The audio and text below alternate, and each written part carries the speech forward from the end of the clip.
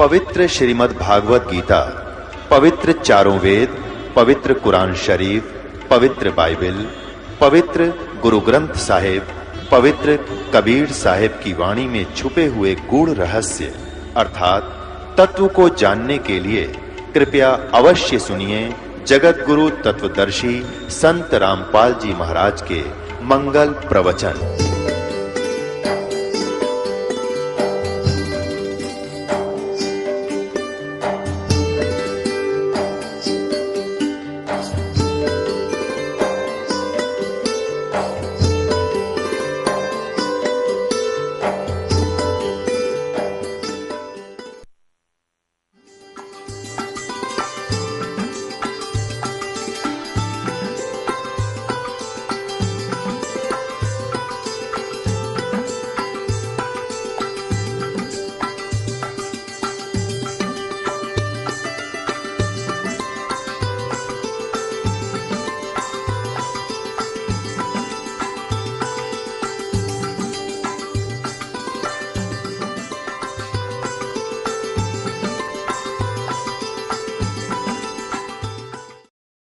उसने तो अपने बच्चे दिखाई देते हैं, चाहे ब्राह्मण है, कोई बाल किसी जाति से है, चाहे शूद्र है, चाहे मुसलमान है, चाहे सिख या ईसाई, उसके अपने बच्चे हैं। ये तो हमने अपने नारे डिवीजन बना रखे हैं। उसके घर में यू डिवीजन ये नहीं है, ये बंटवारे नहीं है।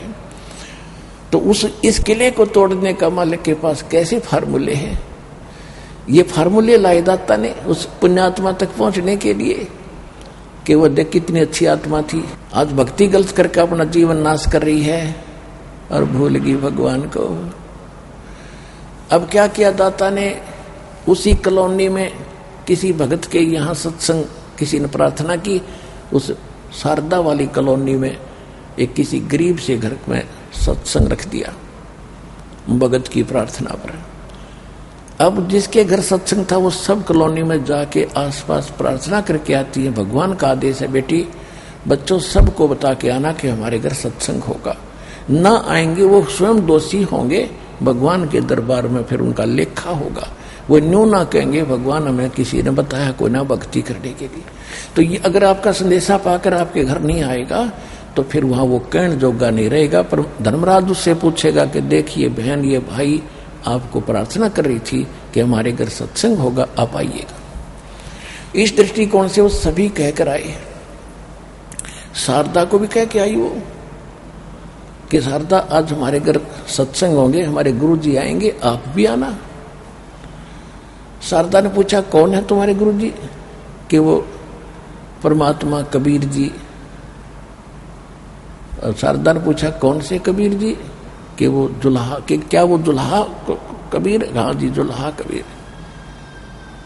हमारे लिए तो परमात्मा है, आपके लिए जुल्हा होगा, आप जरूर आना। अब शारदा ने सोचा भाई अब बात कैसे करूं, ये तो कति पड़ोस में आ गए। तो उसने अपने आप संकल्प एक ऐसी स्कीम बनाई, योजना कि मेरा भेद भी ना खुला है कि मैं वहां गई थी और परीक्षा भी कर लूं।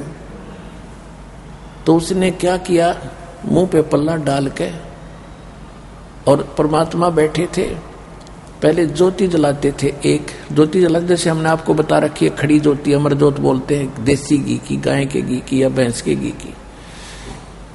वही तो लैंप का काम करता था, वही हवन का काम भी करती थी। उसमें ये लाइट वगैरह नहीं थी, बिजली नहीं थी। वो जला रखी, भगवान सत्संग के लिए बिछा रखा छोटा सा आसन, उस पर विराजमान थे कबीर जी। और संगत आकर बैठ रही थी, एक तरफ भक्त एक तरफ भाई बहने। अब सभी आ रहे थे और भगवान को प्रणाम करके अब अपना स्थान ग्रहण कर रहे थे। अब वो शारदा भी आई, कई बहनों के झुंड में मिलकर, और ऊपर तो अंधेरे में किसी को पता नहीं कौन गीता है, आप अपनी बैठने की चिंता हो सत्संग स्थल पर आते ही प्रणाम करके बैठ रहे थे।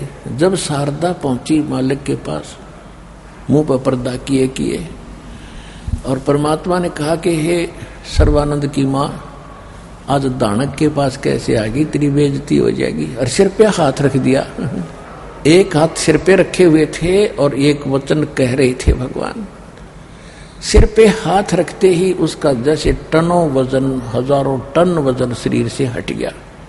और एकदम हल्का फुल्का शरीर हो गया। और फिर मुंह पर पर्दा, और कोई पड़ोसन नहीं पहचान रही थी, और उन्होंने उसका नाम बता दिया।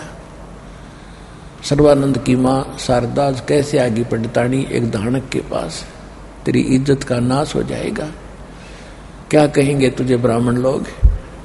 वो हटा के पर्दा, और क्योंकि आशीर्वाद से सुख हो ही गया था, परीक्षा वाले ने गई थी मूर्ख, चरणों में गिर गई, बुरी तरह फूट फूट कर रोए, और यूं कह के भगवान मैं बड़ी पापड़ हूं, बड़ी नीच हूं। क्योंकि भगवान के सामने संत के पास मन खत्म हो जाता है, और मन है यू काल का एजेंट, ये ही बकवाद घटता रहता है, नो नहीं करना चाहिए, ये हो जाएगा वो होगा, तो वहां मन नहीं रहता। ये तो काल है, भगवान से दूर भाग जाता है, बाहर रह जाता है सत्संग सथल से, और वहां तो आत्मा जाती है निर्मल होकर, अधीन बनी रहती है। लेकिन कुछ स्वभाव बिगड़ा हुआ होता, वो कुछ दिनों में ठीक हो जाता है।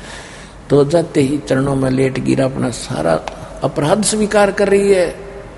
परमात्मा बोले कोई ना, बैठो, ये तो एक आपको ट्रेलर दिखाया हमने, और ऐसे कर्म तो और भी गढ़े आपके बिगड़े हुए हैं, उसके लिए भक्ति करनी पड़ेगी, मैं मंत्र बताऊंगा। ये तो अपने कोटे से सुख दिया थे।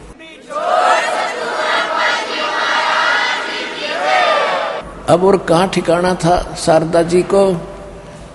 होय होय, कहते पर्वत पर्वत में फिरा, कारण अपने राम, राम जैसे संत मिले, जिन सारे सब काम। वहीं बैठ गई और परमात्मा ने सृष्टि रचना सुनाई। ओए होए, 2-2.5 घंटे सत्संग करके सबके में अला दिया। विद्वान पुरुष की माँ थी और ब्राह्मण घर में जन्म था, तुरंत समझ गई। कहते बुद्धिमान को समझाने में देर नहीं लगती। तो पुण्यात्माओं, आज आपको परमात्मा ने पहले बुद्धिमान बनाया, सबको एजुकेटेड किया अपने बच्चों को। अरे 2 मिनट में समझ गए, नई से बूंदे कैर से निकलना हंसी खेल था। ऐसे जकड़े पड़े थे उन अपनी गलत क्रियाओं में, अपनी परंपराओं में। आज परमात्मा ने शीशा दिखा दिया कि ये है वास्तविकता, और सभी उमड़ उमड़ कर आगे। तो विद्वान को समझाना बहुत आसान है, मूर्ख को समझाते ज्ञान गांठ का जा, और कोला होना उजलाते सोमन सा बनला। तो पहले तो हम कोयले थे, भगवान ने सोमन सा बन ला के देख लिया, हमारा ज्ञान समझ में नहीं आया, समाधान से भगवान कुछ दिन मान लिया। और जब तक ज्ञान संपूर्ण हुआ नहीं, हृदय नहीं छिदावे, या देखा देखी भक्ति का वह रंग नहीं ठहरा। आपको दास ज्ञान पहले दे रहा है और समाधान साथ दे रहा है, तो ज्ञान समाधान तो होगा ही होगा। अगर ज्ञान कमजोर है तो आपको कोई भ्रमित कर देगा भगवान का, से आप दूर हो जाओगे, मालिक का हाथ उठ जाएगा, फिर आप काम नहीं करेगा वो भक्ति, आप भगवान से कोसों दूर हो जाओगे। तो इसलिए ज्ञान मालिक ने आधार बनाया है, और पूरे संसार में ये ज्ञान होगा, और ज्ञान होगा तभी हम एक ठिकाने टेकेंगे। उस समय फिर हमारी ये स्थिति हो जाएगी कि बंदी छोड़ दयाल जी, तुम तक हमारी दौड़, और जैसे काग जहाज का अब सूझ जाए और न ठोर। इस ज्ञान से और इस भक्ति से और इस सुखों से आपको ऐसा समय, ऐसी स्थिति आ जाएगी आपके मन की कि सतलोक आश्रम बरवाला, जिला हिसार, हरियाणा के अतिरिक्त आपने कोई स्थान दिखाई नहीं देगा कि आपका सुख हो जाए।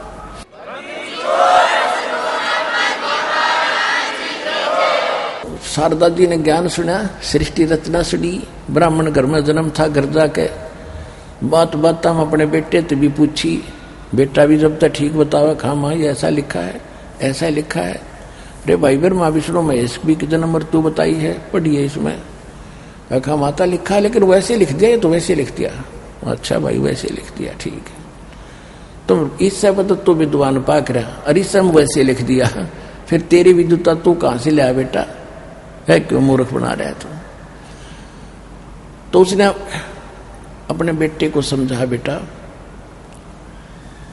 आप ये विद्वता छोड़ दो और सतभक्ति कर ले। बोला माता जी आपने क्या पता, हमारे पास जो ज्ञान है किसी के पास नहीं है। सुने नहीं।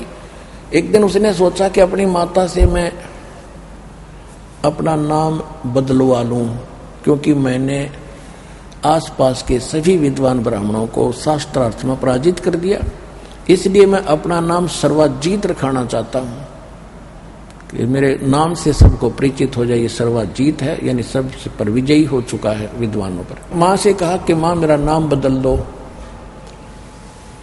माँ ने पूछा क्या बदल दूं कि मेरा नाम सर्वाजीत रख दो। माँ ने कहा कि बेटा सर्वानंद कौन सा बेटा बुरा नाम है, ये बहुत अच्छा नाम है। कि नहीं, सर्वाजीत रखो। मैंने सब विद्वानों को अपने ज्ञान में, शास्त्रार्थ में, अध्यात्म मार्ग में पराजित कर दिया है, इसलिए मैं चाहता हूं कि मेरे नाम से सबको पता लग जाए कि ये कौन व्यक्ति है। मुझे अपनी आइडेंटिफाई करने की जरूरत ना पड़े, आइडेंटिटी बताने की आवश्यकता ना पड़े। उसकी माँ ने कहा कि बेटा यदि तू सब विद्वानों को पराजित कर चुका है तो एक विद्वान को और पराजित कर दे, फिर अपने बेटे का नाम मैं सर्वाजीत रख दूंगी, अन्यथा नहीं रखूंगी। तो उसने सर्वानंद ने कहा कि बताओ माता जी कौन है वो विद्वान। कि भाई परमात्मा कबीर जी, और मैं उनकी शिष्या हो चुकी हूं। पहले तो उसका माथा ठनका कि माँ आपने बहुत गलत किया, लोग क्या कहेंगे मेरे को, मैं इतना विद्वान ब्राह्मण और आप एक धानक दुल्हाई से दीक्षा ले आई। उसकी माँ बोली बेटा और ज्यादा मत ना कहिए उस परमात्मा के बारे में, तने ज्ञान नहीं, तू बालक है। पर मैं जो कह रही हूं, अगर तने सर्वाजीत नाम दरवाना है, रखवाना है, तो उस विद्वान को पराजित कर दे, फिर मैं बेटे का नाम सर्वाजीत रख दूंगी, मेरी यह शर्त है। सर्वानंद ने सोचा वो अनपढ़ आदमी, 2 मिनट में उसने हरा के अभी आ जाता हूँ। अच्छा माता जी, अभी गया अभी आया। वो साथ में अपना सारा रखता ही था, ताम झाम बैल के ऊपर, उसमें सारे पुराण वेद सब रखता था। धर के साज बाजर चल पड़ा। उसकी माँ बोली बेटा और सुने की बात, लिखवा के लाना। मैं वो नहीं मानूंगी, लिखवा के लाना। कहते तू आके कह दे मैं आ आया।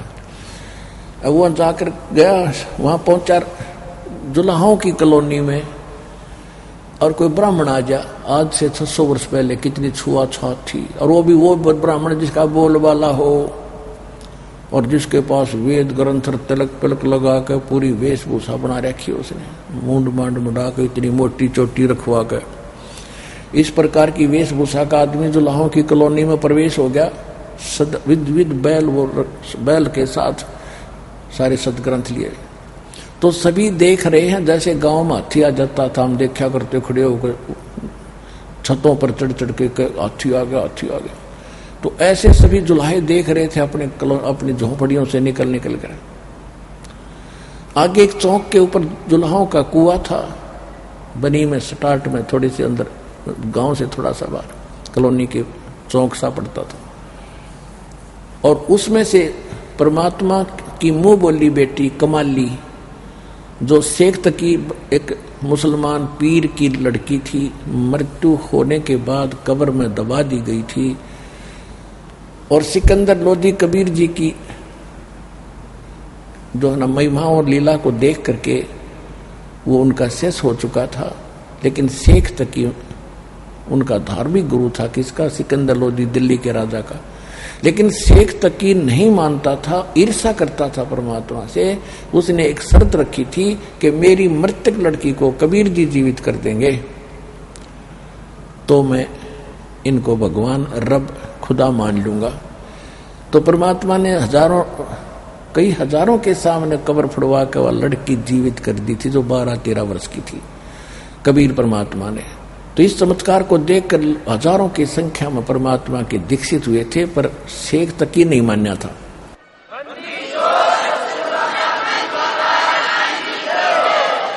इसके विषय में परमेश्वर ने कहा कि राज तजना सहज है, सहज तरिया का ने, और मान बढ़ाई ईर्षा दुर्लभ तजना। ये है राज भी तज सकते हैं, अपनी पत्नी का मोह भी छोड़कर जंगल में जा सकते हैं, लेकिन मान बढ़ाई और ईर्षा दुर्लभ तजना ये, और ये तजे बिना भगवान नहीं मिल सकता।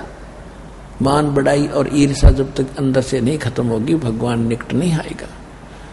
तो वो विद्वान थी उस शेख तकी में, वह लड़की जीवित कर दी। परमात्मा ने कहा, सबने कहा कि कमाल कर दिया, कमाल कर दिया, भगवान आपने कमाल कर दिया।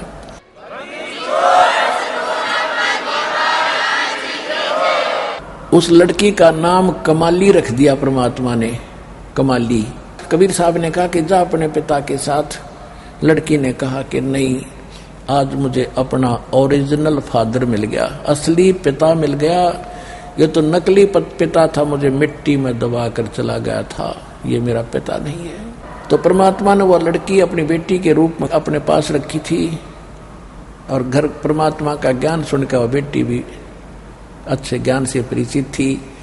वो उस कुएं पर पानी भर रही थी, पानी निकाल रही थी अपने मटके भरने के लिए। उधर से सर्वानंद जी जा रहे थे बैल पर, परमात्मा बैल पर सारे शास्त्र रख के, और परमात्मा कबीर जी को पराजित करने के लिए, हराने के लिए। उधर से मालिक ने ऐसी दया बख्शी कि उसको इतनी गजब की प्यास लगी दोपहर का समय, गर्मियों का मौसम, जून का महीना, जेठ का महीना। सर्वानंद जी को इतनी प्यास लगी कि 2 मिनट जल नहीं मिला तो प्राण निकल जाएंगे, ऐसी अंदर से परमात्मा की लीला थी। उसने कहा कि हे बेटी, पानी पिला, मेरे प्राण निकलने वाले हैं। लड़की ने पानी मटके में डालना बंद कर बाल्टी से उसको ऐसे पानी पिला दिया। जब पानी उसने पी लिया, जब उसने पानी पी लिया, जान बच गई सर्वानंद की। फिर यूं देखता है कोई मुझे देख तो नहीं रहा, मैंने जुलाहों का पानी पी लिया। चारों तरफ देखा उसने, क्या देखा, सभी जुलाहे देख रहे अपने द्वारों पर खड़े होकर के, अपने द्वार पे। उसने सोचा इज्जत का नाश हो गया भाई, दानकों का पानी पी लिया। तो लड़की पर डांट मारता है के लड़की, ये कौन सी जाति का कुआं है। कमाली हंसी के हे विपर, आपकी बुद्धि पर पत्थर पड़ गए हैं। जुलाहों की कॉलोनी में ब्राह्मणों का कुआं नहीं होता, अंडरस्टूड है, कुआं भी जुलाहों का ही है। अब खिसियानी बिल्ली खंभा नोच रही थी, उसको धमका रहा था कि तूने पहले क्यों नहीं बताया, पर तूने पहले क्यों नहीं बताया। कमाली कहने लगी, विपर जी आपने, अब पेट भर गया तेरा, जान बच गई, बकवाद भागी तेरे को, ना पहले पूछ लेता मैं कि ना टूटी पूछ ले किसका कुआं बता दूं, जुलाहे का कुआं है। जब तक तेरी जान जाने वाली थी तने पूछने की कोशिश भी ना की, आवश्यकता भी ना समझी। अब पेट भर गया, जान बच गई, बकवाद तो जाती की, फिर भागी। फिर कहती है, ए लड़की घड़ी ना बोल रहा है, ज्यादा मत बकवास कर, ये बता कबीर का घर कहाँ है। अब लड़की हंसी और कहने लगी, अरे ब्राह्मण, यदि तुझे कबीर के घर का पता चल जाता, ये बोझ मरता ना फिर, तू बैल को उठाए अंडा इतने शास्त्र लिए फिर।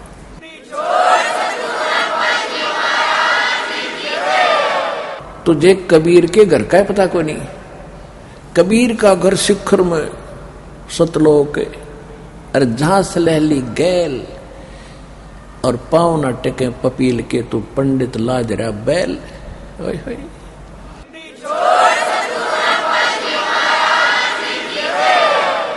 कबीर का घर शिखर में, टॉप मोस्ट प्लेस सतलोक के अंदर है, परमात्मा ऊपर चोटी में। और जहां जाने के लिए बहुत रेप्टेली यानी स्लोप है, वहां ऐसी रास्ता है, उस पर जाने के लिए परमात्मा का अलग से साधन है, इन तुम्हारे ग्रंथों में नहीं है। वो जिस साधन से वहां उस कबीर के पास जाया जा सकता है।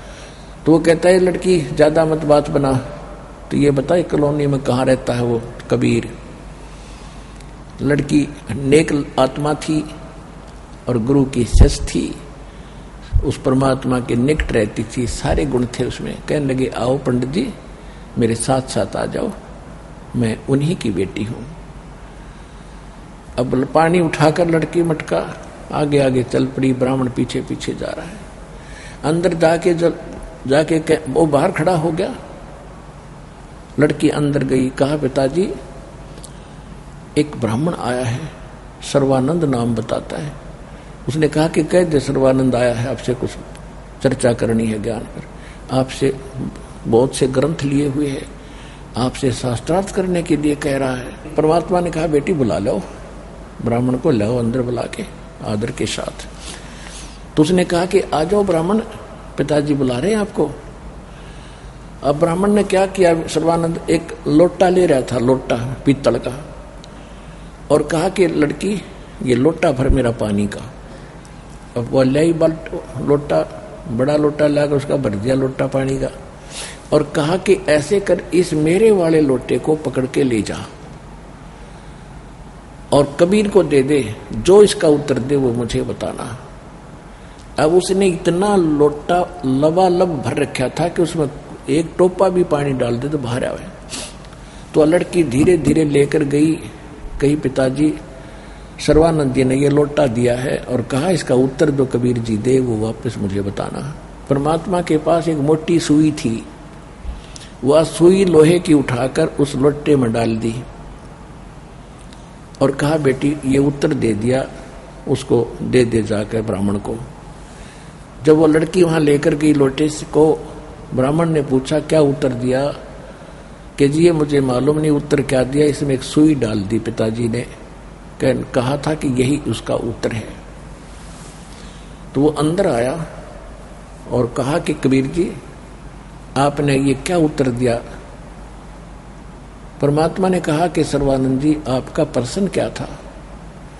मेरा प्रश्न ये है, सर्वानंद जी कहता है कि मैंने अपनी माता जी से अपना नाम सर्वाजीत रखवाना था, इसलिए उसने मुझे कहा है कि आप कबीर जी को ज्ञान में पराजित कर दो तो मैं तेरा नाम सर्वाजीत रखूंगी, अन्यथा नहीं। तो मैं आपको ये बताना चाहता हूं कि मैं ज्ञान से, सभी सदग्रंथों के ज्ञान से इतना परिपूर्ण हूं, आपके द्वारा की गई चर्चा मेरे अंदर कोई असर नहीं करेगी। जिस तरह ये लोटा भरा था पानी का, इसमें और जल कोई डालेगा तो बाहर ही जाएगा। मैं इतना परिपूर्ण हूं ज्ञान से, तेरा क्या उत्तर है बता। परमात्मा ने कहा कि मेरा ऐसा ज्ञान है जैसे मैंने सुई डाल दी तेरे लोटे में या इसकी तली में जाकर बैठ की तरह पानी बाहर निकल गया। मेरा ज्ञान तेरी छाती पर बैठ जाएगा और तेरे ज्ञान को बाहर फेंक देगा, मेरा वो ज्ञान है।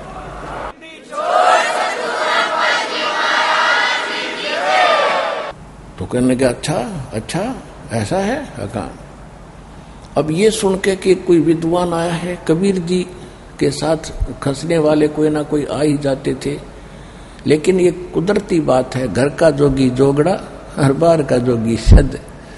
अपने कॉलोनी में रहने वाले परमात्मा को तो उन जुलाहों ने कोई मैं तो नहीं दिया, लेकिन बाहर का आने वाला होता था, यूं देखते थे कि आज वो कबीर को हराएगा, खुश होने के लिए बैठ जाते थे, देखने के लिए। अब जब सर्वानंद जी बैठ गया, अपना ले रहा था सात मंगोछा बिछा के अपना सोच कपड़ा, और श्रोता दुल्हे आसपास बैठ गए सारे देखने खातिर आज क्या बात बनेगी।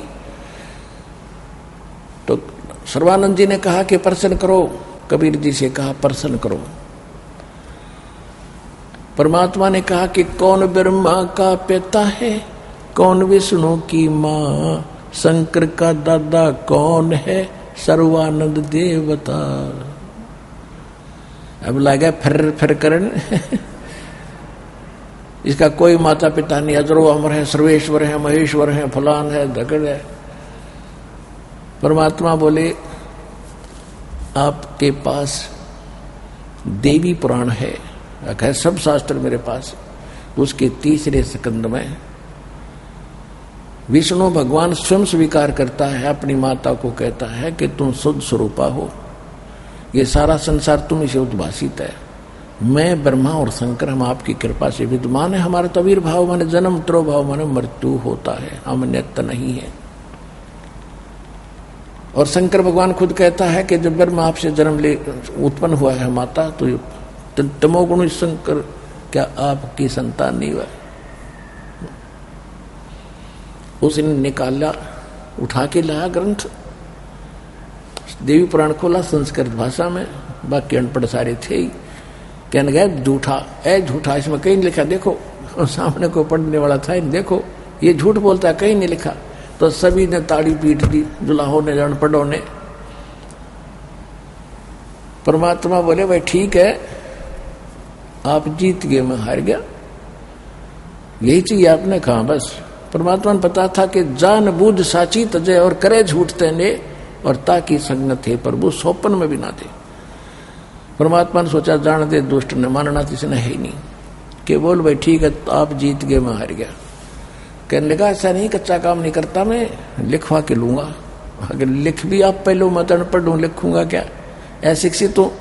उसने लिख लिया। शास्त्रार्थ में कबीर जी हार गए, सर्वानंद जीत गए और मालिक का अंगूठा लगवा लिया। ठीक है, अपनी माँ के पास आकर कहा कि माता जी 10 मिनट का काम था, हार गए। वो तो जाते ही बात भी ना करी, जब पहले कह दिया मैं तो हार गया भाई, आप जीत गए एक के प्रश्न में। माता जी बोली बेटा फिर पढ़ के सुना। लिखवा के लाया? कहाँ लिखवा के लाया? पढ़ के क्या सुनाया तो क्या पाया? शास्त्रार्थ में सर्वानंद हार गया, कबीर जी जीत गए। उसकी माँ उसके मुंह की तरफ देख कर, विद्वान तू तो हार का रहा बेटा। कहने लगे माता मैं कई दिन से ना रात दिन शास्त्रार्थ पर था, मुझे नींद के गलती से लिखा गया, ध्यान नहीं रहा, फिर लिखवा के लाता हूँ। फिर गया परमात्मा से बताया कि ऐसे ऐसे मेरे से गलत लिखा गया, दोबारा लिखना पड़ेगा। मेरी माँ नहीं मानती। उसने फिर लिख, भाई लिख ले, फिर लिख ले, ध्यान से लिख लेना भी कदे। उन्होंने फिर लिख लिया। ऐसे ही कबीर जी हार गए, सर्वानंद जीत गया। परमात्मा का अंगूठा लगवा लिया, एक आधे का और लगवा लिया साथ में, गवाह का ले आया। अब घर आके अपनी माँ से कहा कि ले माँ के मैं ठीक लिखवा के ले आया। बेटा सुना, पढ़ा तो फिर विपरीत पाया, कबीर जी जीत गए, सर्वानंद हार गया। उसकी माँ बोली रे तेरा दिमाग खराब हो गया क्या, और फिर क्या मैं जीत गया? तू खुद हारा हुआ है, झूठ बोलता है। अगर नहीं माता जी गलती रहेगी, फिर लिखवा के लाऊं। अब फिर लिखवा ले, तीसरी बार फिर लिखवा लिया। अब वो सोचता है कि वहां मैं 6 बार देखता हूँ ठीक लिखा है, यहाँ तक के बिजली गिरा इसके। अब के वो गली अपने दरवाजे में गेट में प्रवेश होता और उस पर ध्यान रख रहा है कि देखता हूँ ये कैसे चेंज होता है। कहता माता जी पढ़ कर सुनाऊं? कहाँ सुना बेटा? आ गया, लिखवा लिया। अब वो पढ़ने लगा। शास्त्रार्थ में जहाँ कबीर जी लिखा था वहां सर्वानंद हार गया और कबीर जी जीत गए उसकी आंखों के सामने।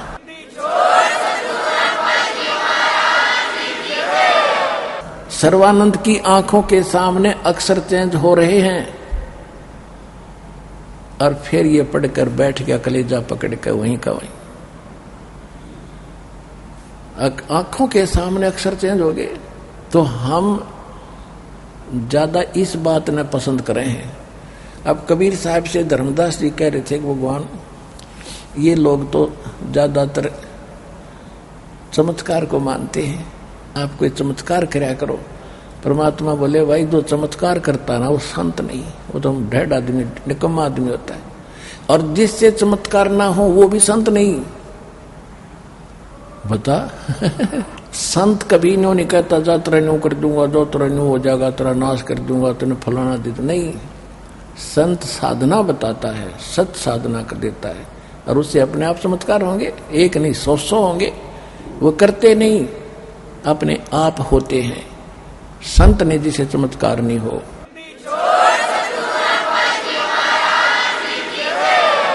तो उसकी माँ बोली रे विद्वान बेटा, मैंने तो तेरे को जन्म देकर मैं अपने आप को जो है ना धिक्कार मानती हूँ अपने जन्म को। ऐसा नालायक बेटा मेरा पैदा हो गया। माँ की बात नहीं मानता तू, आज बाकी सारी मान्या करता था।